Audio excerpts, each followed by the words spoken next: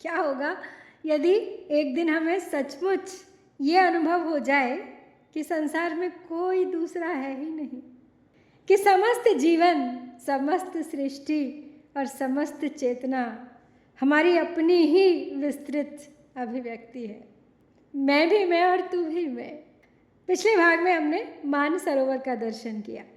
हमने देखा कि श्रद्धा, इड़ा और मनु की दीर्घ यात्रा अब अपने अंतिम पड़ाव की ओर बढ़ रही है, किंतु आनंद केवल किसी तीर्थ तक पहुंच जाने से नहीं मिलता। आनंद तब प्रकट होता है जब मनुष्य अपने सीमित मैं से ऊपर उठकर समस्त जीवन को अपना स्वरूप अनुभव करने लगता है। आज के प्रसंग में इड़ा का अहम पूर्णतः गल जाता है। मनु विश्व मानव के रूप में बोलते हैं और श्रद्धा विश्व मंगल की मूर्ति बनकर प्रकट होती है। यही कामायनी का अंतिम दर्शन है, समरसता। जब द्वैत मिटता है, समरसता जन्म लेती है और मानव विश्व चेतना में अपने वास्तविक स्वरूप को पहचानता है। चिर मिलित प्रकृति से पुलकित वह चेतन पुरुष पुरातन, निज शक्ति तरंगायित था, आनंद अम्बुनिधि शोभन। भर रहा अंक श्रद्धा का, मानव उसको अपना कर, था इड़ा शीश चरणों पर, वह पुलक भरी गद गद स्वर। चिर मिलित प्रकृति से पुलकित वह चेतन पुरुष पुरातन, निज शक्ति तरंगायित था, आनंद अम्भु निधि शोभन। भर रहा अंक श्रद्धा का, मानव उसको अपना कर, था इड़ा शीश चरणों पर, वह पुलक भरी गदगद स्वर।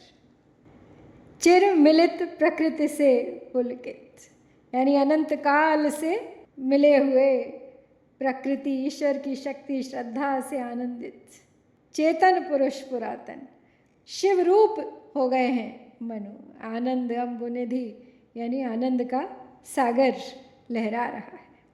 श्रद्धा के साथ आनंद में विभोर हुए मनु उसी प्रकार शोभा पा रहे थे जिस प्रकार आदि शक्ति के साथ अनंत काल तक रहने वाले पुरातन पुरुष भगवान शिव आनंद मग्न दिखाई देते हैं।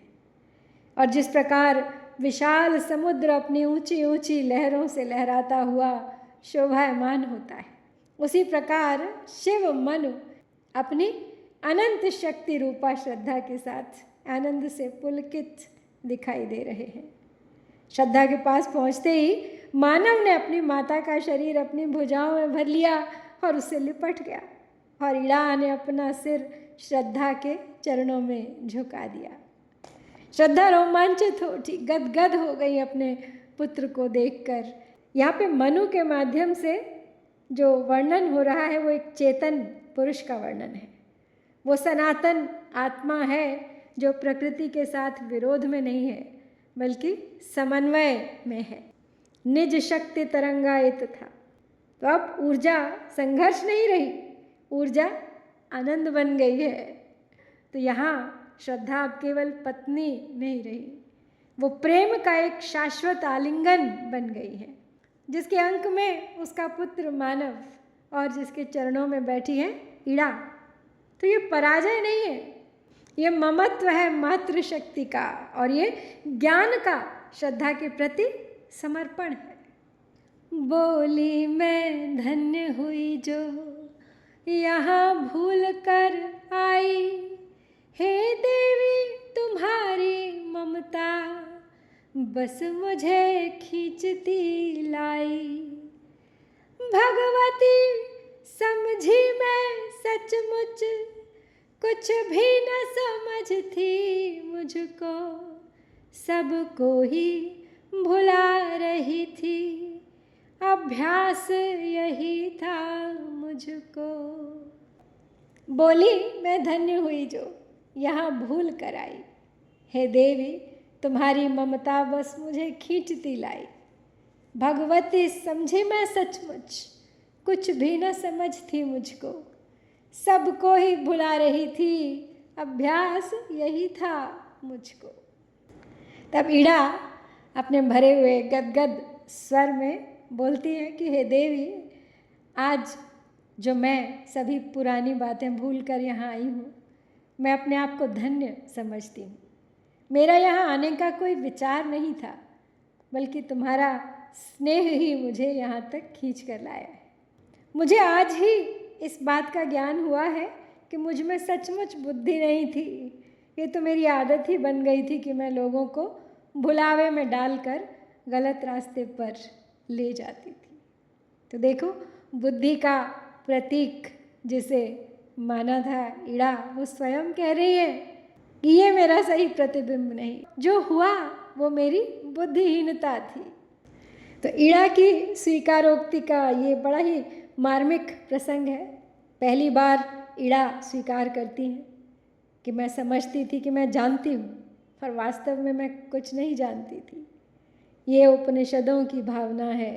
सच्चा ज्ञान विनम्रता पैदा करता है। अभ्यास यही था मुझको। अब बुद्धि की सबसे बड़ी समस्या क्या है? वो जोड़ने से पहले विभाजित करती है। तो इड़ा स्वीकारती है कि उसका स्वभाव अलगाव का था। एक आदत सी बन गई थी उसकी सभी को भुलावे में देकर गलत रास्ते पर ले जाना। शायद मनु के साथ भी पहले इड़ा ने वही किया, लेकिन जब मनु की प्रतिक्रिया हुई तो उसने उसको दूसरे तरीके से तोड़ मरोड़ कर प्रस्तुत किया। बुद्धि का खेल। हम एक कुटुंब बनाकर यात्रा करने हैं आए, सुनकर यह दिव्य तपोवन जिसमें सब अघ छुट जाए। मनु ने कुछ कुछ मुस्काकर कैलाश और दिखलाया। बोले देखो कि यहाँ कोई भी नहीं पराया। हम एक कुटुंब बनाकर यात्रा करने हैं आए, सुनकर यह दिव्य तपोवन जिसमें सब अघ छुट जाए। मनु ने कुछ कुछ मुस्काकर कैलाश और दिखलाया।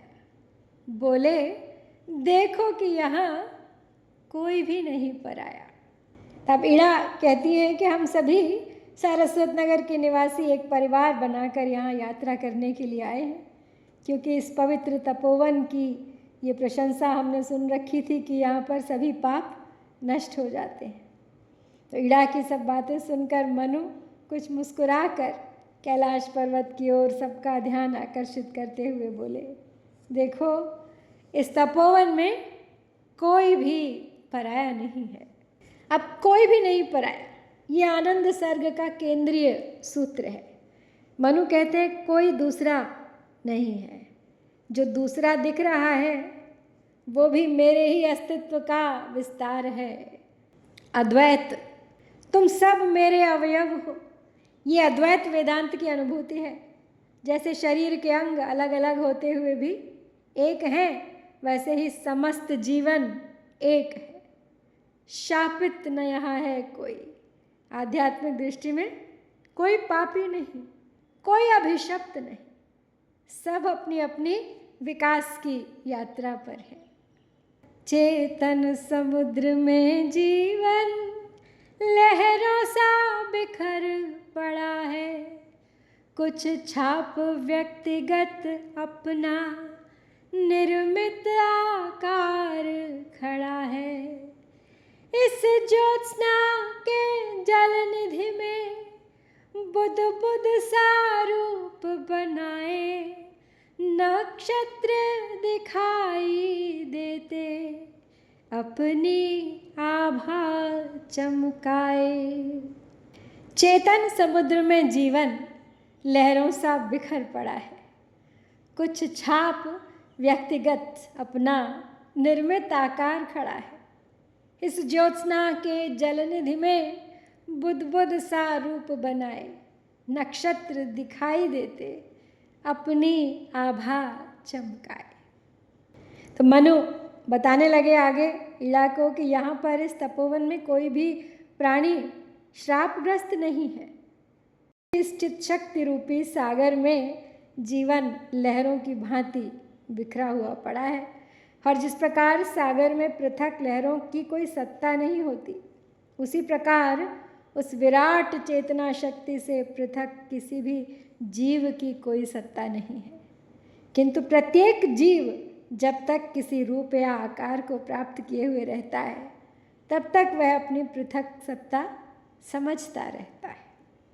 जिस प्रकार सागर में बुलबुले एक सा ही रूप धारण करके प्रकट होते हैं, और जैसे चांदनी में तारे अपनी छवि बिखेरते हुए दिखाई देते हैं। चेतन समुद्र में जीवन, यहाँ प्रसाद जी जीवन का एक विराट रूपक दे रहे।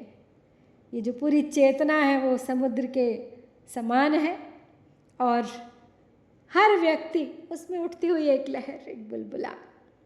व्यक्ति स्थायी नहीं है, वो समुद्र की सतह पर उठी हुई एक तरंग मात्र है, जैसे चेतना की एक तरंग है। नक्षत्र और बुद्ध यानी व्यक्ति चमकता हुआ दिखाई देता है, पर उसका अस्तित्व स्वतंत्र नहीं है, वो एक विराट चेतना का ही भाग है। फूट जाता है तो उसी में विलीन हो जाता है वो बुलबुला, वो चमकता हुआ तारा। वैसे अभेद सागर में प्राणों का सृष्टि क्रम है, सब में घुल मिल कर रसमय रहता यह भाव चरम है। अपने दुख सुख से पुलकित यह मूर्त विश्व सचराचर, चित का विराट वपु मंगल, यह सत्य सतत चित सुंदर।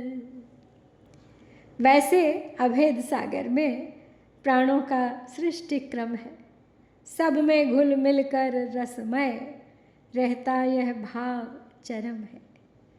अपने दुख सुख से पुलकित यह मूर्त विश्व सचराचर, चित का विराट वपु मंगल, यह सत्य सतत चित सुंदर।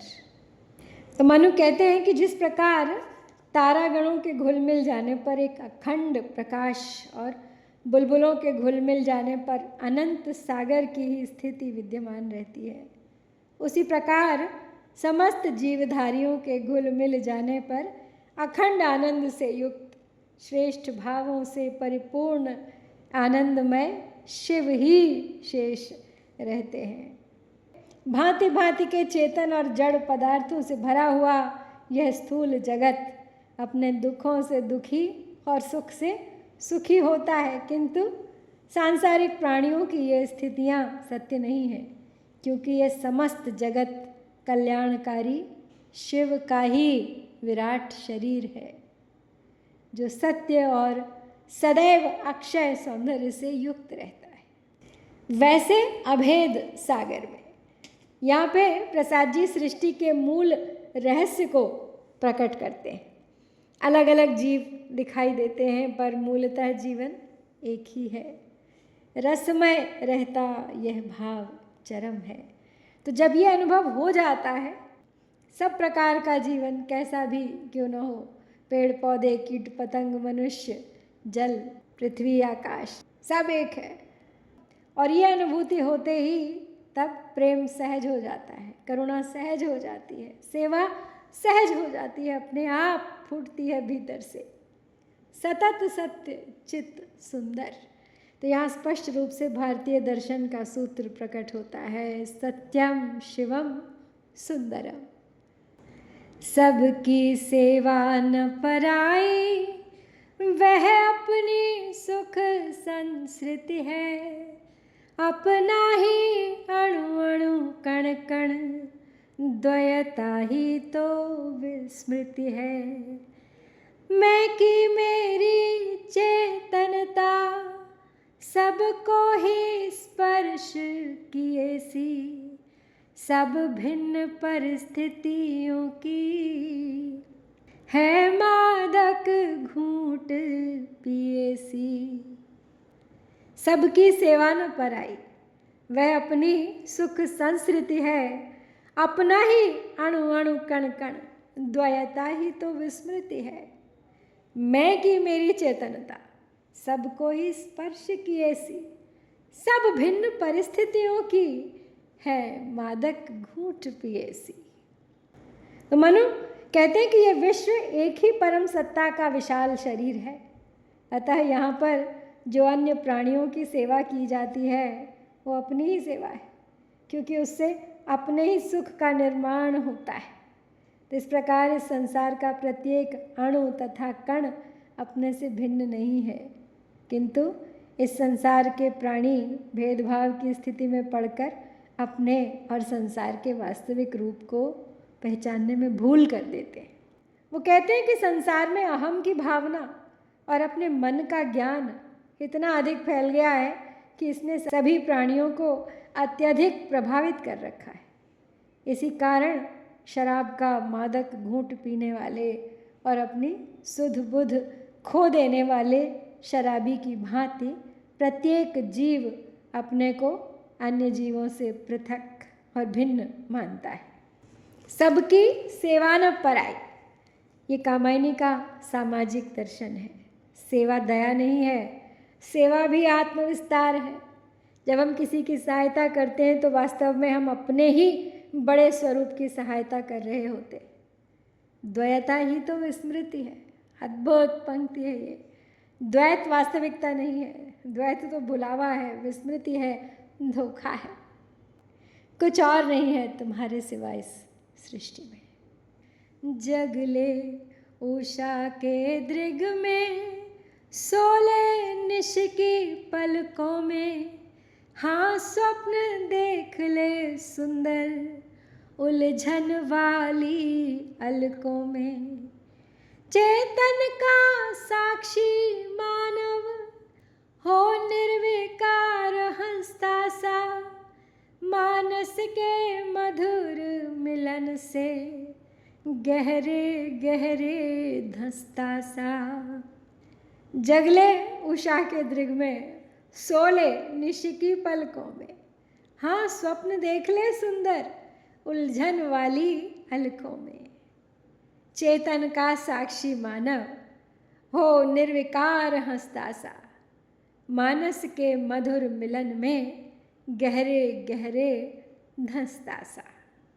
तो मनु कहते हैं कि यदि मनुष्य अपने भेदभावों को भुलाकर उषा के उदय होने पर सोकर उठे और रात्रि में आराम से सो जाए तथा निद्रा में लीन होकर आनंद से उसी प्रकार स्वप्न देखता हुआ अपने जीवन को तल्लीन रखे, जिस प्रकार किसी भावुक व्यक्ति का मन किसी सुंदरी के घुंघराले बालों में आकृष्ट होकर आनंद प्राप्त करता है। चेतना शक्ति का गवाह मानव निर्विकार और हंसता हुआ सा उसका परिचय दे तथा स्वयं को दूसरों से इस प्रकार अभिन्न रूप में मिला ले, जिस प्रकार कोई छोटी नदी किसी गहरे तालाब में प्रवेश करके उसी का रूप धारण कर लेती है। जगले उषा के दृग में यहाँ जीवन को पूर्ण स्वीकृति दे दी गई है कि जागो भी और सो भी, स्वप्न भी देखो, जीवन से भागो मत। आनंद संसार त्यागने में नहीं है, संसार को समग्रता से स्वीकारने में है।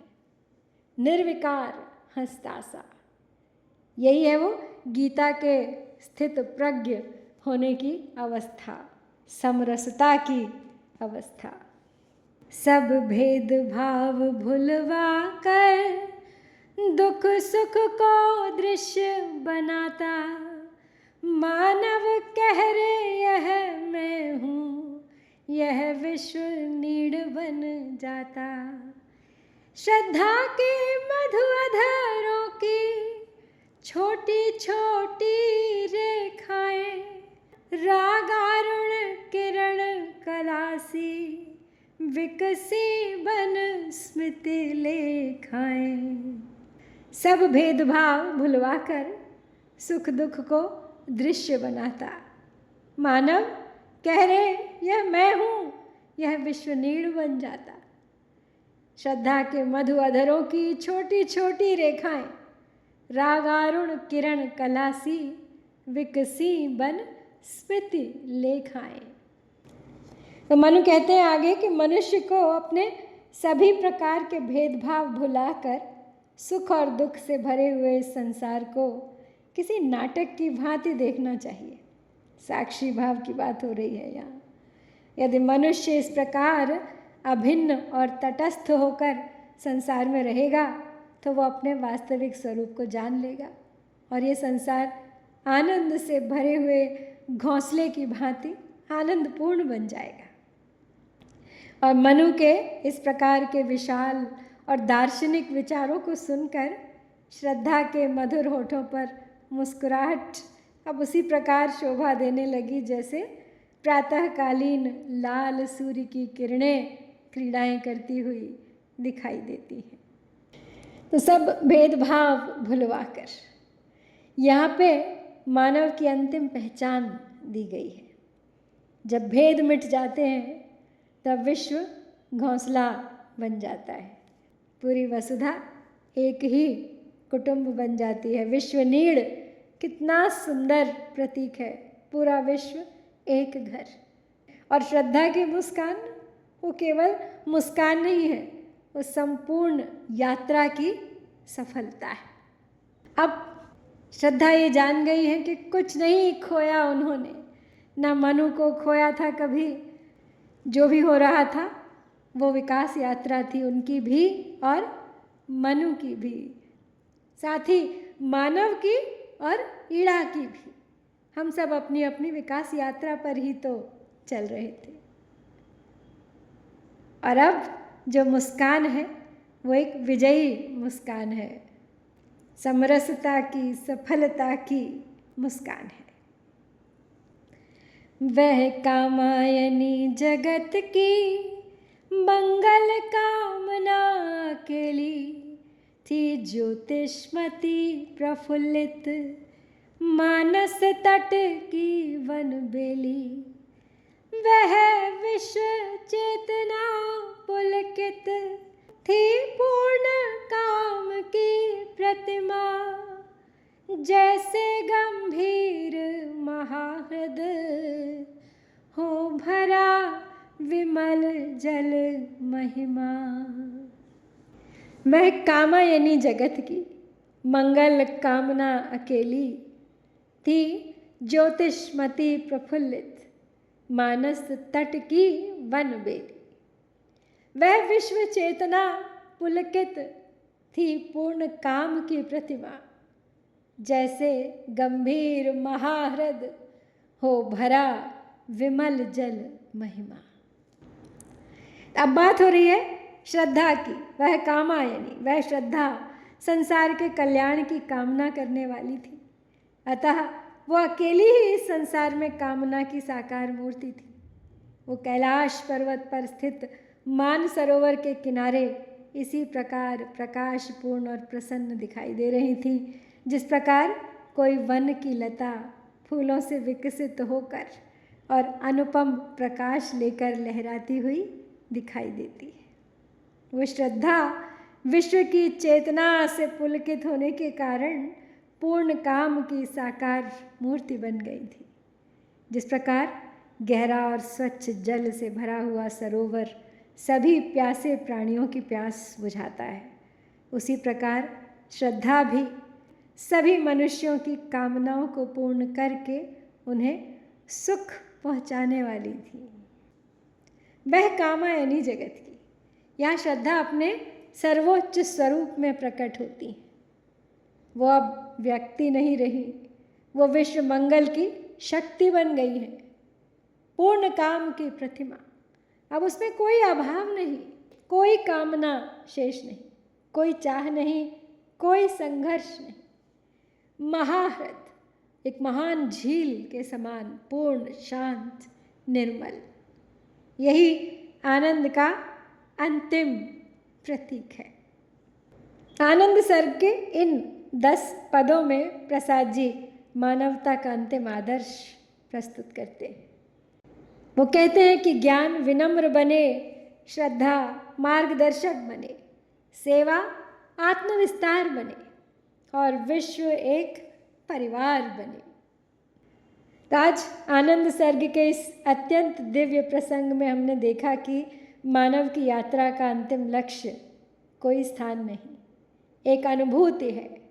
जब मैं और तुम का भेद मिट जाता है, जब सेवा परोपकार नहीं बल्कि आत्मानुभूति बन जाती है, जब विश्व पराया नहीं बल्कि अपना घर बन जाता है, तब आनंद प्रकट होता है। और तब मनुष्य केवल जीवित नहीं रहता, वो विश्व चेतना का जागृत अंश बन जाता है। तो आज इसी विचार के साथ आपको यहाँ छोड़ती हूँ। बस एक अंतिम चरण बाकी है आनंद सर्ग का, जिसे लेकर प्रस्तुत रहूंगी अगले सप्ताह। आज ही के दिन प्रतीक्षा कीजिएगा। जय शंकर, जय भारत।